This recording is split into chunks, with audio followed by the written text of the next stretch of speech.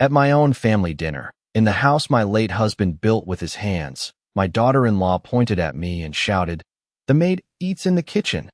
For a moment, even the grandfather clock in the hallway seemed to stop ticking. I was standing beside the dining table with a warm platter of roast chicken in both hands, the kind I had made every Sunday for 38 years. The skin was golden, the rosemary still fragrant, the little pool of butter at the bottom catching the chandelier light. Around the table sat my son Daniel, his wife Madison, her parents, two cousins from Columbus, and my 12-year-old granddaughter Clara, who was staring down at her plate as if she wished she could disappear into the china pattern. No one laughed at first. That was the strange part. Madison had expected laughter. I saw it in the lift of her chin, in the sharp little smile she wore before the words even left her mouth. She was waiting for the room to agree with her, to accept the place she had spent 3 years carving out for me one quiet insult at a time. I looked at my son. Daniel's eyes dropped to his napkin. He rubbed one thumb over the edge of his fork, the way he used to do when he was a boy and knew he had broken something. Only this time, what he had broken was me. Or at least he thought he had. I set the platter down in the center of the table. Carefully. No clatter. No trembling. My hands were steadier than I expected. Madison's mother gave a thin cough and reached for her water glass. One of the cousins shifted in his chair. Clara's eyes rose just enough to meet mine, wide and wet, but she did not speak. Children understand shame before adults admit it exists. Madison crossed her arms, still standing beside the chair that used to be mine. Not just any chair. The chair at the far end of the table, facing the bay window, where Thomas always insisted I sit because, as he used to say, Ellie deserves the best view in her own home. Thomas had been gone 3 years that April, and in those 3 years, Madison had moved my photograph from the mantel, my coat from the front closet, my seat from the table, and finally me from the role of mother into something smaller, quieter, easier to order around. "Did you hear me, Eleanor?" Madison said, louder this time, as if cruelty became more respectable when repeated. "Dinner is for family. The help can eat in the kitchen." The word family moved through me colder than the Ohio wind outside. I untied the apron from my waist. It was blue cotton, faded at the pocket, still carrying a tiny flour stain from the apple pie I had baked that afternoon because Daniel liked it with cinnamon, not nutmeg. I folded it once, then twice. I placed it over the back of the empty chair beside me. Madison's smile twitched. She wanted tears. She wanted a scene she could later describe as one of my episodes. Instead, I looked around the table, at every silent adult who had accepted my food but not my dignity, and I said softly, "Thank you for making it public." Daniel finally looked up, confused. Madison's expression sharpened. She did not understand yet. She thought she had put me in my place. She had no idea that for the past 6 months, I had been waiting for her to humiliate me in front of witnesses. For 3 years after Thomas passed, I told myself that Madison was only trying to help. That was the story I used to survive the small humiliations. It began with the curtains in the front room, the dark green ones Thomas and I had chosen on a rainy Saturday at a furniture store outside Dayton. Madison said they made the house look old. 1 week later, they were gone, replaced by white linen panels that never fully blocked the afternoon sun. Then my wedding photograph disappeared from the mantel. When I asked Daniel about it, he said Madison wanted a cleaner look, something more modern. Cleaner. As if 41 years of marriage were dust on a shelf. The dining room changed next. Thomas had built that table before Daniel was born, sanding the oak boards in our garage until his hands were raw and his smile was wide as the summer sky. Every Thanksgiving, every birthday, every Easter ham had been served there. My chair was at the far end by the bay window, where I could see the maple tree Thomas planted the year we paid off the mortgage. After the funeral, Madison started sitting there. The first time, she laughed and said she had not noticed. The second time, she said it gave her better light for pictures. By the third time, no one explained anything. I simply found myself seated closer to the kitchen door, then at the side table when extra guests came, then standing more often than sitting because someone always needed more rolls, more ice, more coffee, more gravy. Madison never asked directly at first. She softened orders into sweet little suggestions. "Eleanor, would you mind checking the oven? Eleanor, you are so good with dishes. Eleanor, the children listen better when you handle cleanup. Her voice was sugar over stone. People who visited thought she adored me. She would touch my shoulder in public and call me our sweet Ellie, then hand me a list in private with laundry, groceries, and serving times written in her neat black ink. I kept those lists in the drawer beside my bed. I do not know why at first. Maybe some quiet part of me already understood that one day I would need proof that I had not imagined the way my own home had turned against me. Daniel saw more than he admitted. That was the part one could not forgive easily. He saw me carrying bags from the car while Madison scrolled through her phone on the porch. He saw me eating leftover soup at the kitchen counter after everyone else had finished dessert. He saw his wife introduce me to a neighbor as Daniel's mother who helps out around the house. Each time, he gave me the same tired look, the look of a man asking his mother to make his life easier by swallowing her own pain. So I swallowed it. I swallowed it because Clara still ran to hug me when she came home from school. I swallowed it because I loved the sound of little footsteps in that hallway. I swallowed it because Thomas had loved that house, and leaving it felt like losing him twice. But love can become a quiet trap when everyone mistakes it for permission. By the night Madison called me to help in front of that full table, I was not hearing one insult. I was hearing 3 years of doors closing, chairs moving, photographs vanishing, and my son saying nothing at all. Daniel had always been a gentle boy, and maybe that was why his silence hurt more than Madison's words.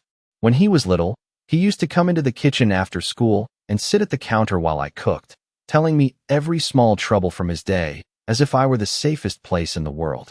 I remembered him at 8 years old, red-cheeked from the cold, crying because a boy on the bus had called him weak. I had wiped his face with a dish towel and told him that being kind was not weakness, but letting someone else be cruel without saying a word was. That memory came back to me the night of the dinner while my grown son stared at his plate and let his wife reduce me to a servant in my own home. After Madison sat back down, the room tried to move again. Forks lifted. Water glasses touched lips. Someone asked about the weather in Cincinnati. It was astonishing how quickly people will return to eating when the discomfort does not belong to them. I stood beside the kitchen doorway, no longer wearing the apron, watching Daniel struggle with the same choice he had been avoiding for years. He could look at me and see his mother, or he could look at Madison and protect the life that kept him comfortable. He chose his plate. Madison sliced into the chicken and said it was a little dry. That was when I understood the full shape of what had happened to him. He was not blind. He was convenient. There is a difference. Blindness is not knowing. Convenience is knowing and deciding that someone else's pain costs less than your own peace. Later, when the guests had moved to the living room for coffee, Daniel found me in the kitchen. I was wrapping the untouched apple pie in foil, pressing the edges flat with my thumbs. He stood near the pantry with his hands in his pockets, looking like the boy who used to wait for me to forgive him before he apologized. "Mom," he said quietly, "Madison gets stressed when people do not respect how she wants things done." I kept my eyes on the foil. "Is that what you think happened tonight?" He sighed, as if I were making something difficult on purpose. "I just need you to go along with it. Sometimes, she is trying to make this house work for everyone. This house, not our house, not your house, this house, as though it were some neutral object that had not held my marriage, my labor, my grief, and his entire childhood inside its walls." I turned to him then. He looked tired, but not ashamed enough. "Daniel, when your wife told me to eat in the kitchen, what did you hear?" His mouth opened, then closed. He rubbed his forehead. I heard her being frustrated. I nodded once. It was a small answer, but it ended something large. I placed the pie in the refrigerator and wiped my hands on a towel. "Then you heard what you wanted to hear." He flinched, but still did not defend me. Still did not say she was wrong. Still did not walk into the living room and correct the lie Madison had dressed up as authority. A few minutes later, Clara slipped into the kitchen while Daniel was gone. She moved so quietly I almost did not notice her. Her brown hair was loose over her shoulders, and she held a folded piece of notebook paper in both hands.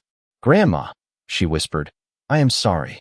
I crouched slightly so my eyes were level with hers. "You did nothing wrong, sweetheart." Her chin trembled. She pushed the paper into my palm and looked toward the hallway before speaking again. "I heard Mom talking on the phone yesterday. She said she wants your room next." The kitchen light hummed above us.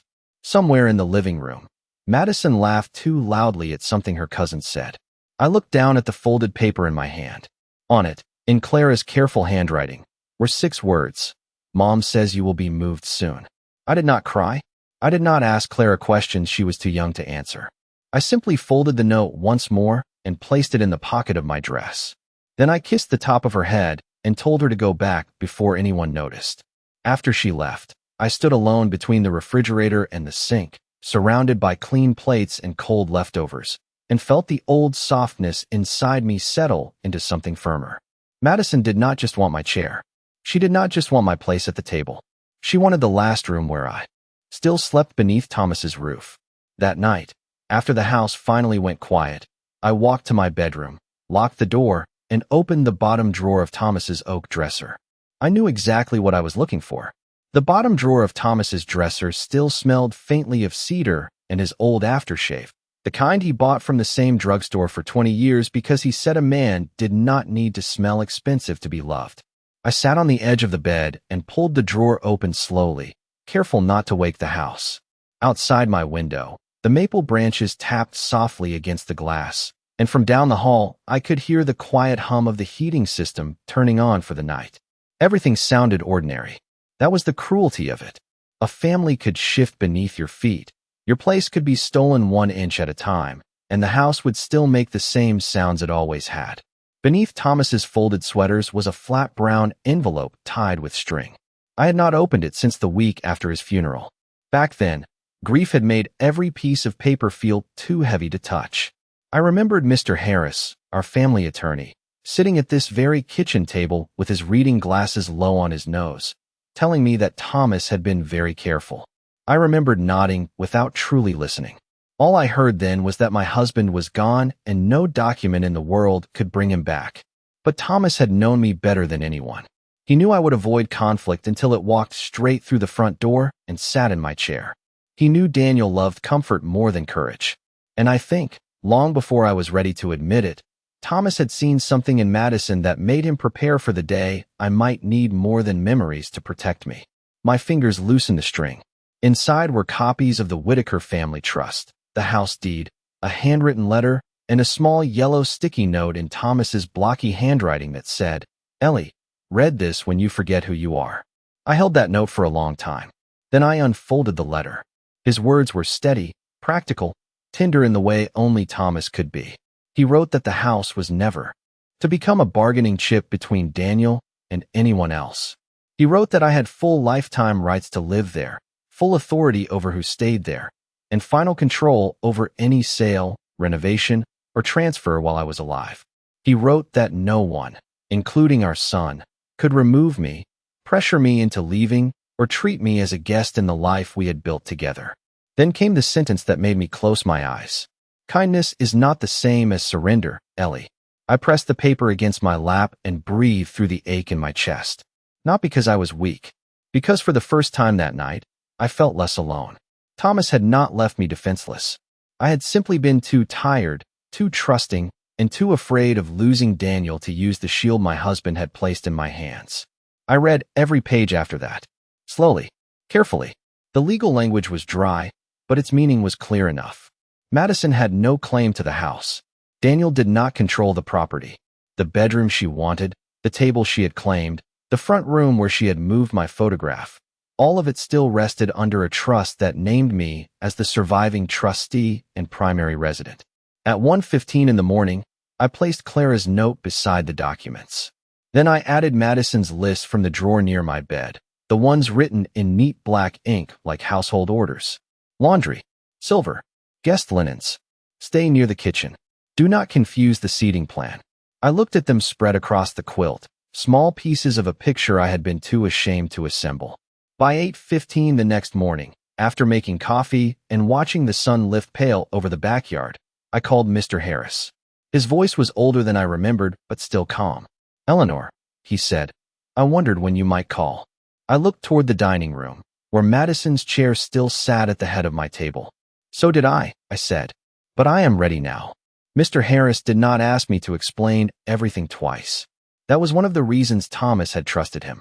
He listened while I sat at the kitchen table with my coffee turning cold, my voice low enough that the upstairs bedrooms could not hear. I told him about the dinner. I told him about Madison's words, Daniel's silence, Clara's note, the lists, the bedroom, the way my place in the house had been reduced until even I had started speaking softly in rooms where I used to laugh. When I finished, there was a long pause on the line. Then he said, "Eleanor, your husband anticipated more than you realized." I looked at the brown envelope beside my cup. I know that now. Mr. Harris explained the trust in plain language, the way he might explain a recipe to someone who already knew the kitchen but not the new oven. I was the surviving trustee. I had the right to decide who could live in the home. Daniel had future interest, not present control. Madison had nothing except whatever permission I had allowed her to believe she possessed. That word stayed with me. Allowed. It was painful to admit how much of my own shrinking had happened, because I kept hoping kindness would wake shame in other people. It had not. It had only taught Madison that I could be moved without consequence. Mr. Harris told me not to argue, not to threaten, not to announce anything in anger. Document everything, he said. Keep copies. Do not sign anything they bring you. And Eleanor, if they try to pressure you about assisted living, call me before you answer. I thanked him and hung up just as I heard Madison's heels on the stairs. I slid the documents back into the envelope, but I did not hide Clara's note. I tucked it safely inside my Bible, between the pages where Thomas had once pressed a maple leaf from our first autumn in the house. Madison entered the kitchen wearing a cream sweater and carrying her phone like a clipboard. She did not mention the night before.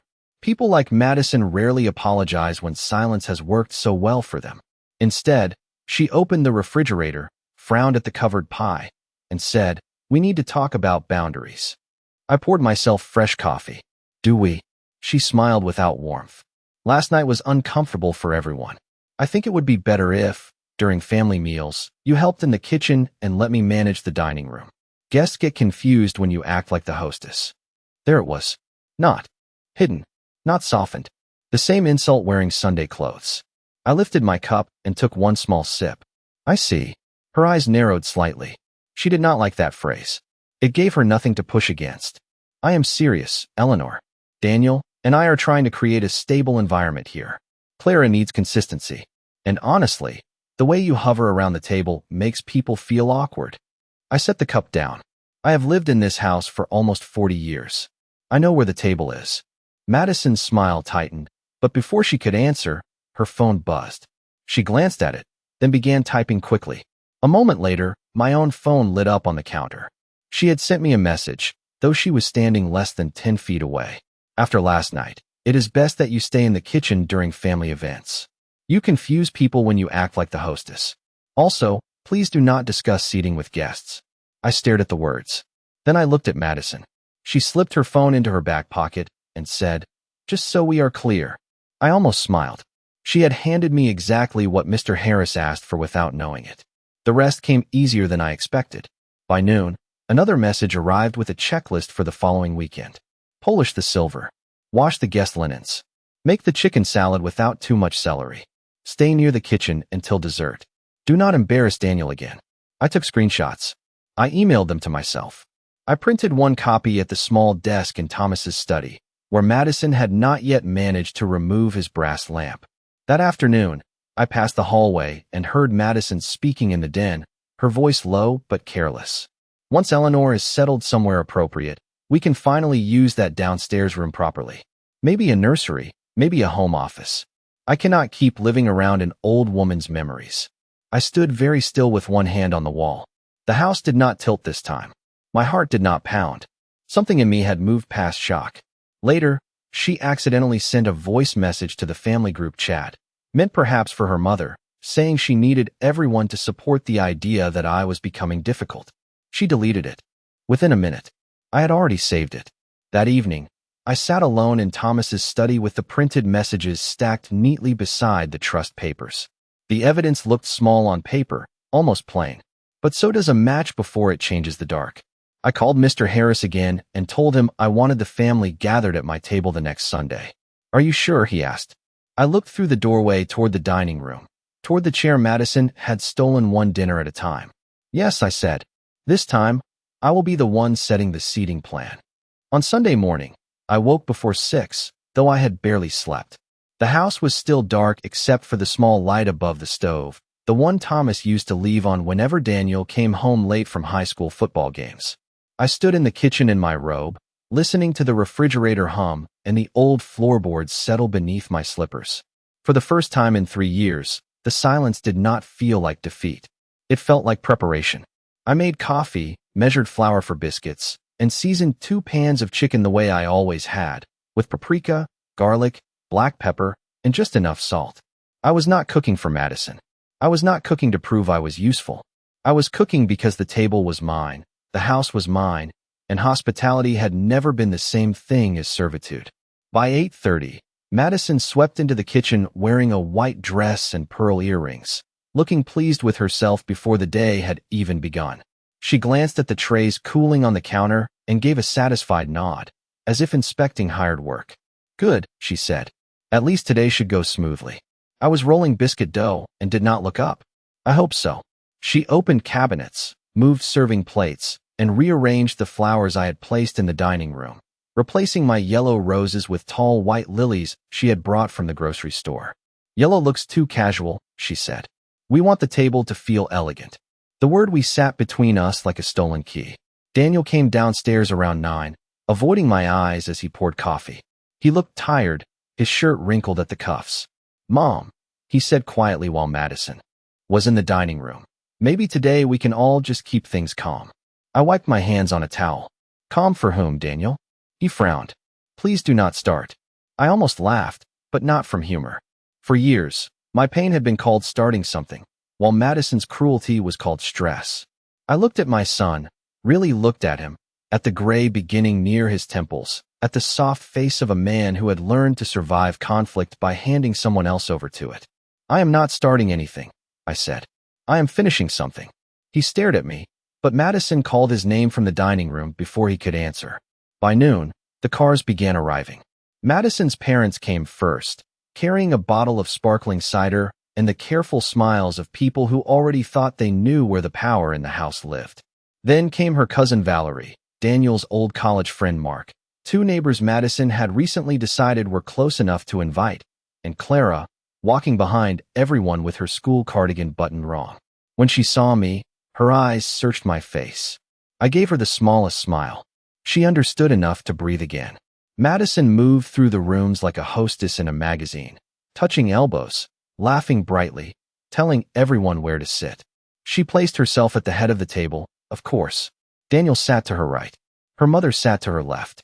My place card was not on the table. I found it on the kitchen counter beside a stack of folded dish towels. Eleanor. No last name. No chair. Just Eleanor, written in Madison's black ink.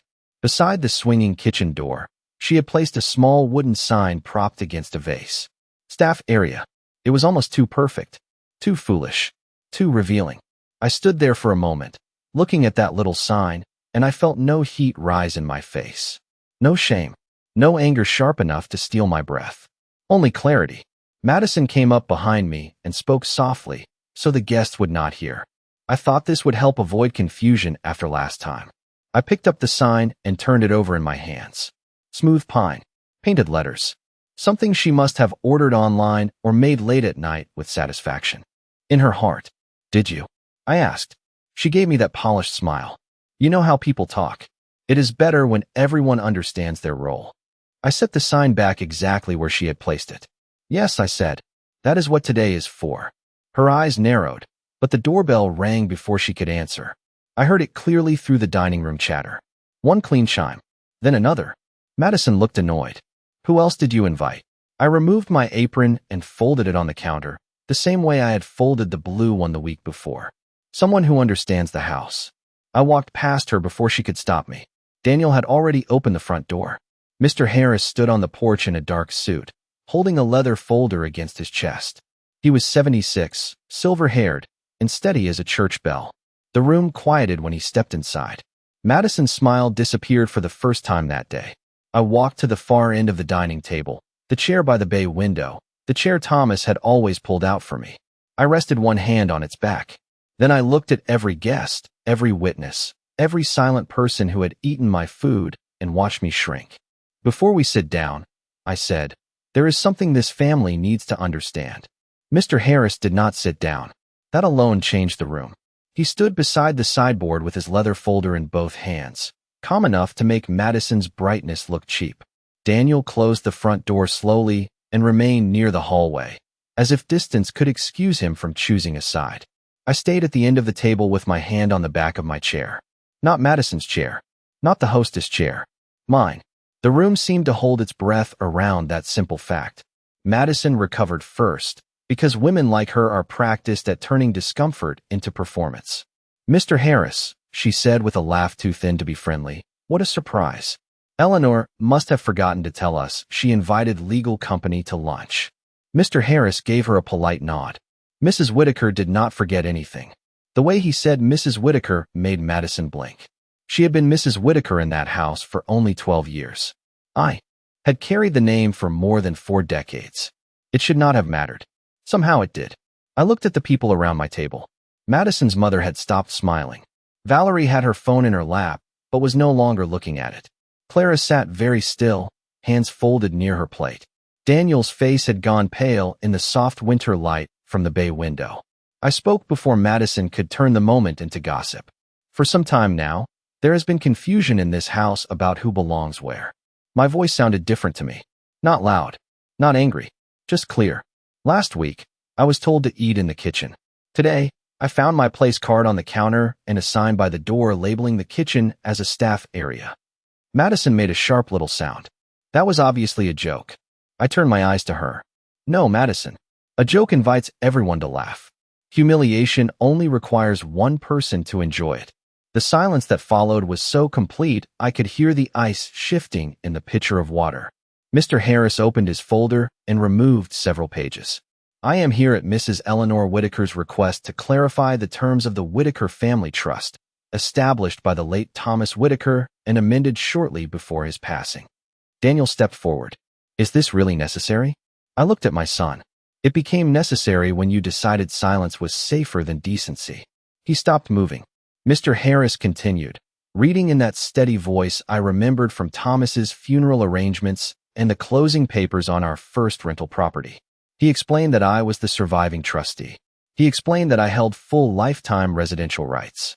He explained that I had authority over access, occupancy, renovations, and any proposed use of the property. He explained that Daniel had no present authority to remove me, relocate me, override me, or transfer any part of the home while I was alive. Then he looked directly at Madison. "And Mrs. Madison Whitaker has no independent legal claim to this property." The words were not dramatic. They did not need to be. They landed on the table harder than any shout could have. Madison's mouth opened, but no sound came out. For the first time since Thomas died, she looked like a guest. I placed the printed messages on the table, one page at a time. The checklist, the seating instruction, the note about staying in the kitchen, the deleted voice message transcript Mr. Harris's assistant had prepared. I did not read them with bitterness.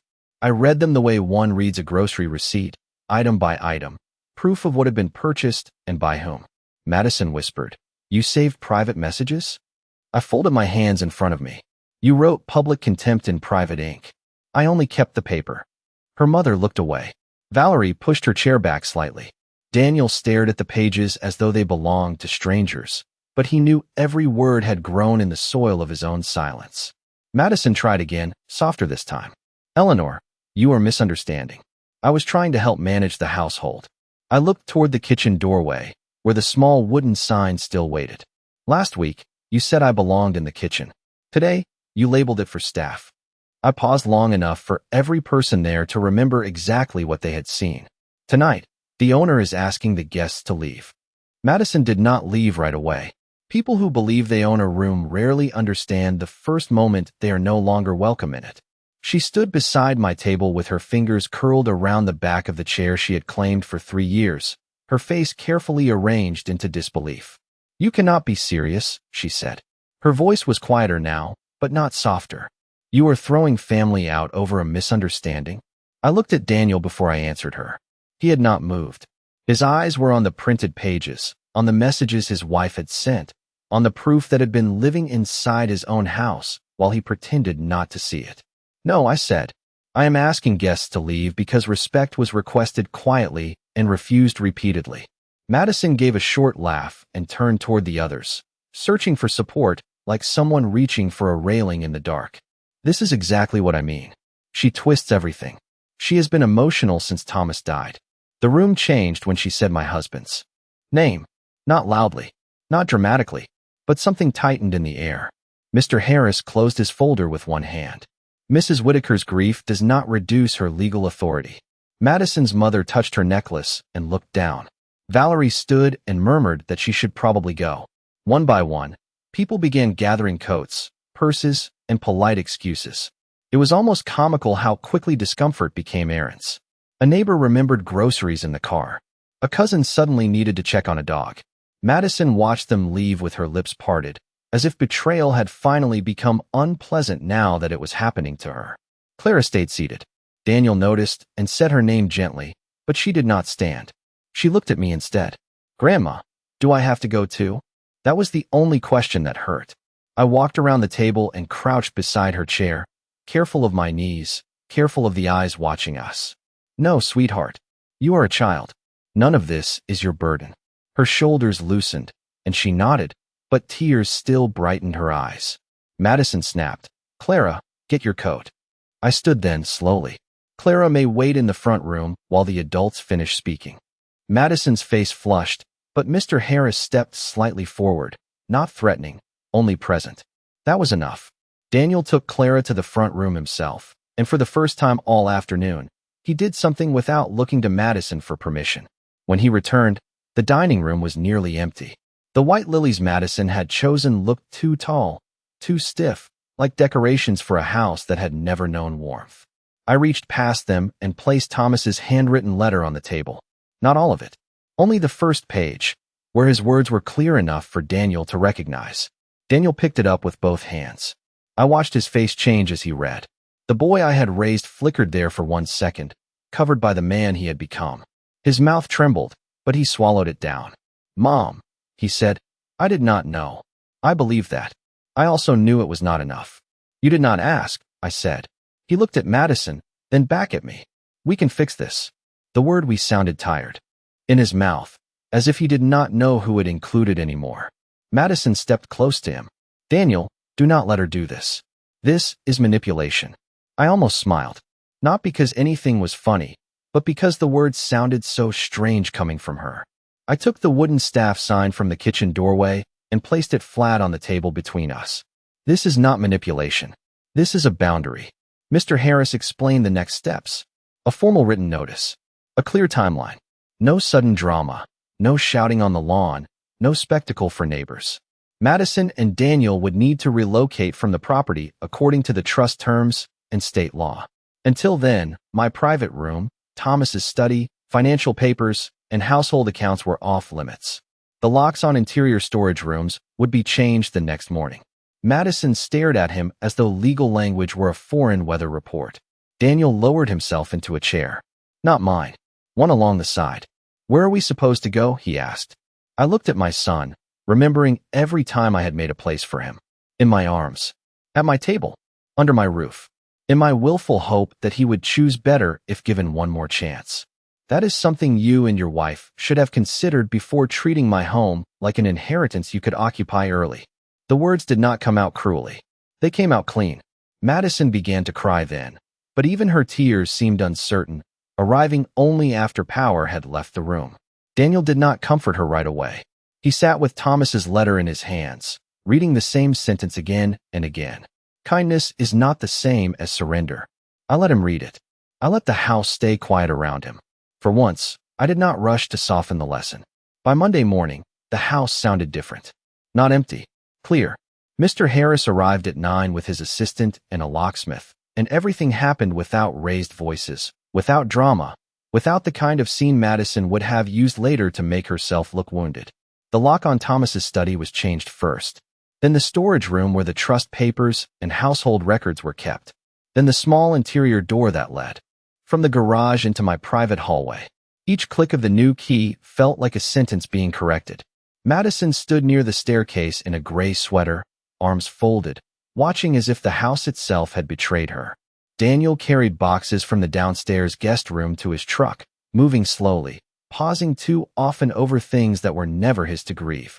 A framed photograph of Thomas and me had been returned to the mantel that morning. I had put it there myself before anyone woke. In the picture, Thomas was smiling at me instead of the camera, his hand resting lightly at my back. Madison noticed it and looked away. For the next 2 weeks, the relocation happened in the proper way. Written notice, documented dates, separate arrangements, no shouting on the porch, no neighbors gathering at windows. Madison tried once to tell relatives that I had become unstable, but Mr. Harris's letter reached them before her story did. Truth does not need to be loud when it arrives on legal stationery. Some family members called me. A few apologized for not speaking up sooner. I thanked them politely, but I did not hand them easy forgiveness just because guilt had finally become inconvenient. Daniel came to see me alone on the 3rd evening after they moved into a rental townhouse 15 minutes away. He stood in the foyer holding his car keys, looking around like a visitor unsure whether to remove his shoes. "Mom," he said, "I am sorry. I had imagined those words for years. In my imagination, they healed more than they did in real life." Hearing them did not erase the nights I ate standing at the counter. It did not put my chair back before I took it back myself. It did not undo the way he had let his daughter learn that silence was what adults did when someone they loved was humiliated. I opened the front door wider, but I did not step aside right away. "I believe you are sorry," I said. His eyes filled, and for a moment I saw the little boy with cold cheeks and a broken school project in his hands. "Can we start over?" he asked. I looked past him to the bare maple tree in the yard, its branches dark against the pale Ohio sky. "Not today. Starting over is not the same as skipping what happened." He nodded, because there was nothing else to do. Before he left, I told him he could come for coffee on Saturday if he came alone and came with honesty. That was not punishment. It was a door with a boundary attached. Clara came the next afternoon, dropped off by Daniel, and picked up 2 hours later. She brought her homework, a purple backpack, and a nervous smile. I made grilled cheese sandwiches and tomato soup, the same lunch Daniel used to ask for when he was her age. We ate at the dining table, not in the kitchen. I placed her across from me where the sunlight touched her hair, and halfway through lunch she whispered, "Do I still have a chair here?" I reached across the table and took her hand. "Always." Her smile came slowly, like morning through curtains. After she left, I washed 2 bowls, dried them, and put them away. The house settled around me, not as a place of loneliness, but as a place that had finally exhaled. That evening, I cooked a small dinner for myself. Baked salmon, green beans, and 1 slice of the apple pie I had saved in the freezer. I set one place at the far end of the oak table by the bay window. My place. Thomas's photograph rested on the mantel where it belonged. The white lilies were gone, replaced by yellow roses from the grocery store. I sat down slowly, unfolded my napkin, and listened to the quiet. For years, I had served meals in that kitchen and called it love. I had mistaken being needed for being cherished. I had let my kindness become a room without a lock. But love does not require a woman to disappear. Family does not mean surrendering your dignity so others can feel comfortable. That night, I ate at the head of my own table, under my own roof, with my husband's letter folded safely in the drawer beside me. The kitchen was clean. The hallway was still. And for the first time in years, I was not waiting for anyone to give me my place back.